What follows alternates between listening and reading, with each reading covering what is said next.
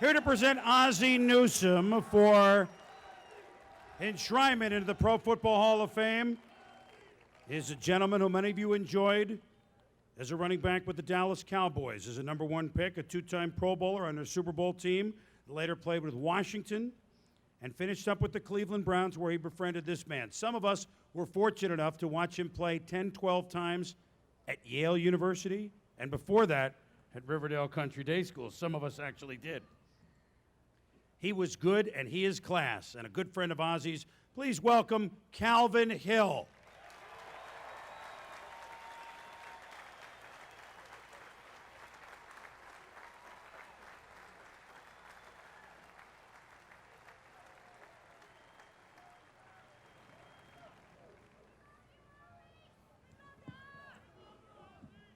All you Cleveland Browns fans out there, I know you were waiting for this, because until Ozzie came up, all the rest of us chit-chat. You know, the Southern black church tradition teaches us a phrase. That phrase is, God is.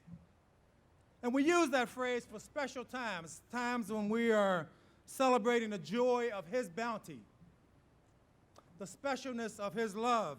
And for me, this is one of that special times. Because, you know, think about where we are. This is the last year of this century. This is the last year of this millennium.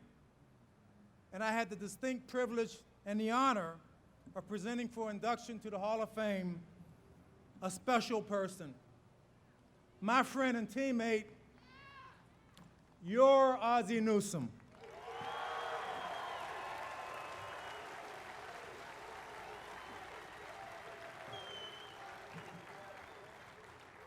Now I got to tell you, when Ozzie called me and asked me to be a presenter, his presenter, it was a sobering and emotional moment. But I realized I stand here as a representative of so many of his friends and fans, from Muscle Shoals to Cleveland, from Leon Douglas and Johnny Davis to Brian Sight, from C.T. Manning and Muscle Shoals to Sam Ritigliano in Cleveland, Ohio. And we all realize, like you do, that Ozzie is special. We know about the consecutive games catching a pass, the consecutive games starting, the all-time leader as a tight end receiver. But I stand before you to talk about my friend, Ozzie Newsome, and the qualities that make him special for me. And these are qualities that transcend statistics or receptions, and yet were essential to his success on the field and off the field. Ozzie is grace, and not just the grace of an acrobatic reception, but the grace of congratulating an opponent after a bitter loss, the grace of consoling a teammate after a critical mistake. And I know, because I made one of those mistakes against Denver in 1981. And the first arm around my shoulders was Ozzie Newsome. Ozzie is dependability.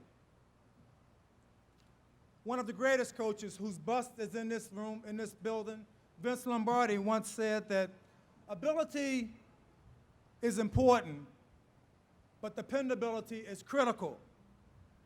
And for Ozzie, whether it was practice or games, or even more important, a verbal commitment to a young kid to be there, you could etch his word in stone. Ozzie is humility. We all call him the Wizard of Oz. When he was introduced in Cleveland Stadium, they would put up the Wizard of Oz. I've heard people in the parade today yell "Wizard," and he would chuckle, almost embarrassed, because with his greatness comes a deep, deep humility. Ozzie is class. 21 years ago,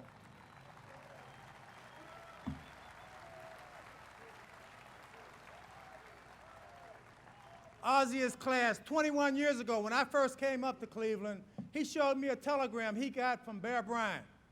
He was embarking on his professional career, and Bear Bryant was just telling him some things, and he ended that telegram by saying, "Ozzie, keep your class."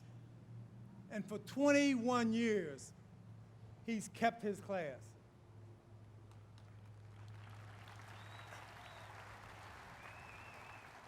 You all know about the touchdowns, but let me tell you something else about my friend Ozzie Newsome. Ozzie is family. If it gets bright while I'm talking, that's because his #1 fan, Ozzie Newsome Sr., is probably got a special skybox watching his baby today. As much as he enjoys the bus and the trophies, the things that mean the most to him are his mother, Mrs. Ethel Newsome, his daughters, Teresa and April, his wife, Gloria, his brothers and sisters, and then there's a special person, his son, Michael. And see, I know what it means to be the father of a son. As a father, you know, it's interesting. As a father, you hope to impart all the right values by example. But you know, it takes a village, and there are others in that village that help. And when my son was 5 years old and he first met Ozzie, he was someone I used as an example outside of my house, an example of grace, an example of humility, of dependability, of class, of family. And so it excites me because I've talked about Ozzie to my son for a lot of years, and he's watching your latest Hall of Famer in the great Browns tradition, the wizard from Muscle Shoals, Ozzie Newsome.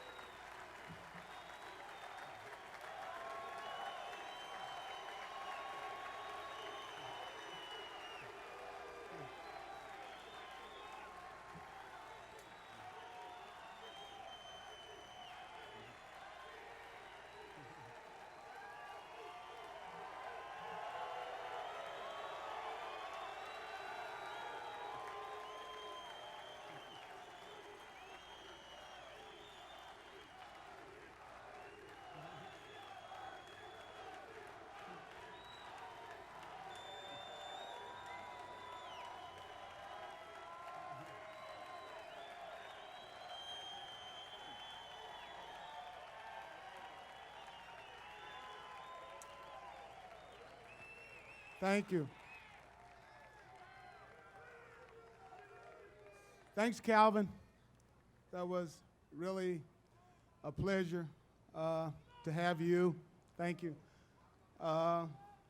Present me today. I'd like to first begin by acknowledging Christ in my life. It's because of him that I can have an inner peace each and every day, and I can deal with the different trials and tribulations that are put before each and every one of us, just like it is for myself. And I too, as Eric talked about, accept the gifts that he gave me, but I only use them for his glory and for his honor.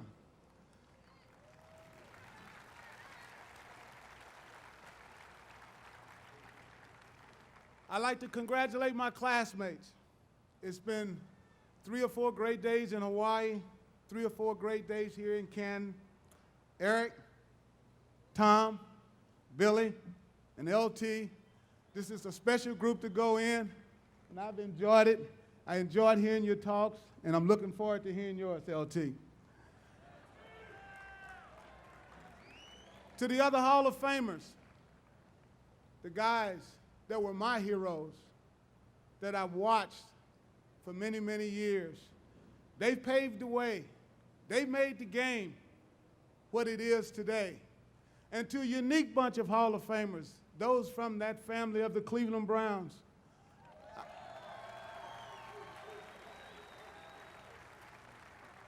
I stand right now to say I'm proud to be joining you as a member from that great tradition.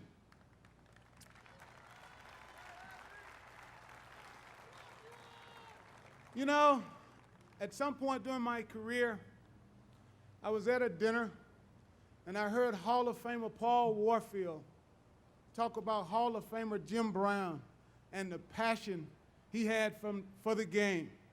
And Paul related the story how Jim drove from the college all-star game all night so that he could be at the very first practice.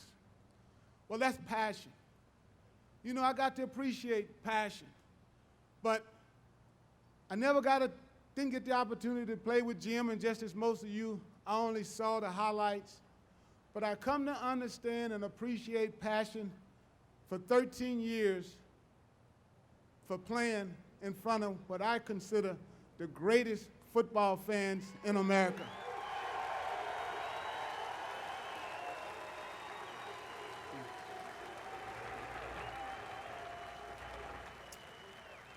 You know, we got the great fans here from Buffalo and the great fans here from New York. But I want to give you your official welcome to the Dog Pound.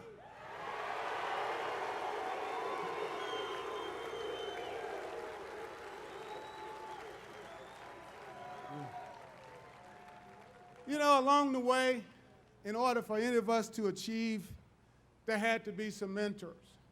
And I can think back on the coaches that I had along the way, my high school coaches, Coach Creasy, Coach Daly, Coach Rose, and as Calvin says, Coach C.T. Manley, my position coach for 4 years at the University of Alabama, Bobby Marks, and one of the greatest college football coaches to ever walk a Saturday afternoon, a man by the name of Paul Bear Bryant.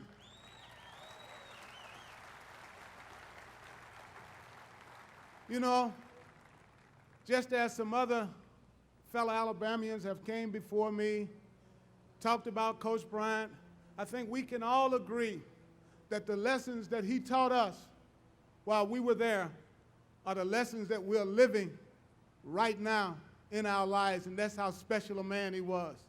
As I talk about the coaches I had in the National Football League, Rich Kotite, my position coach, who took a young, unknown, skinny wide receiver and helped him to become a tight end because Sam Ritigliano had the vision to move me there.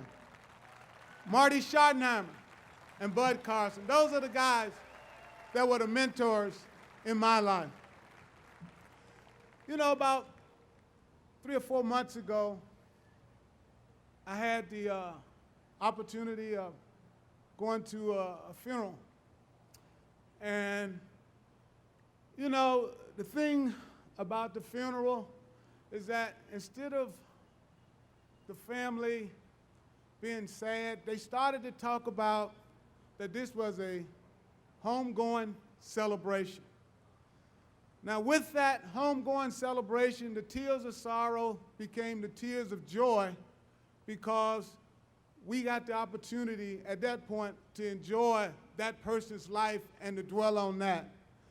If you will give me 1 minute, and I want to steal a theme from a group up in Cleveland, the OJs, and say, for the next 2 or 3 minutes, just allow this to be my family reunion.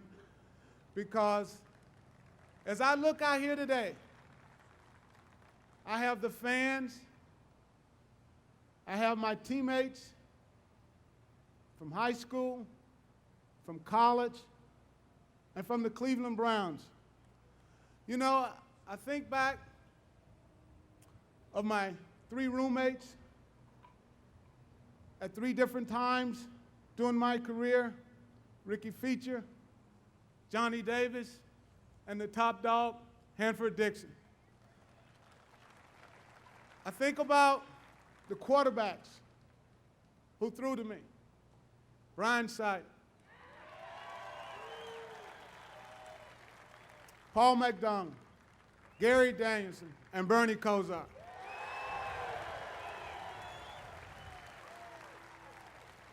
The greatest thing about football is that it's a team sport. In order for any of us to achieve anything that we did out on the football field, we had to depend on 10 other guys. And I know out there in the audience, there are a lot of my teammates that are here today and sharing in this moment with me, but also sharing in that moment that's going to happen on Monday night when those orange helmets come back on the football field.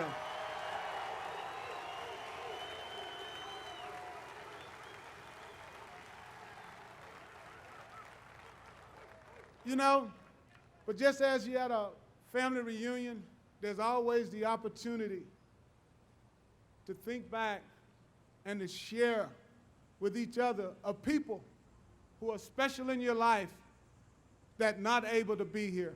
You know, there's a lot of people that had a lot to do with Ozzie Newsome that for different circumstances cannot be with me here physically, but I know they're here with me spiritually. And I like to applaud them for that.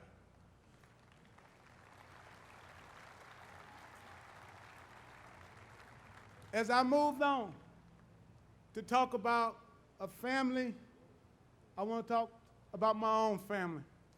I have them all here today with all of my family, and I'm fortunate enough to have family from Cleveland. Please stand up and get your applause.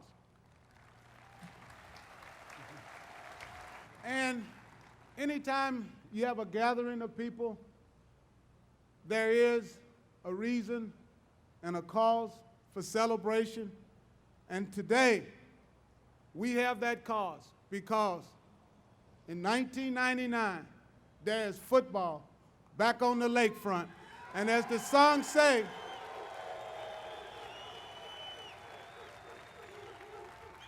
as the song that I've been kind of playing in my head for the last 3 or 4 hours, I just want to share with you, here we go again. Thank you.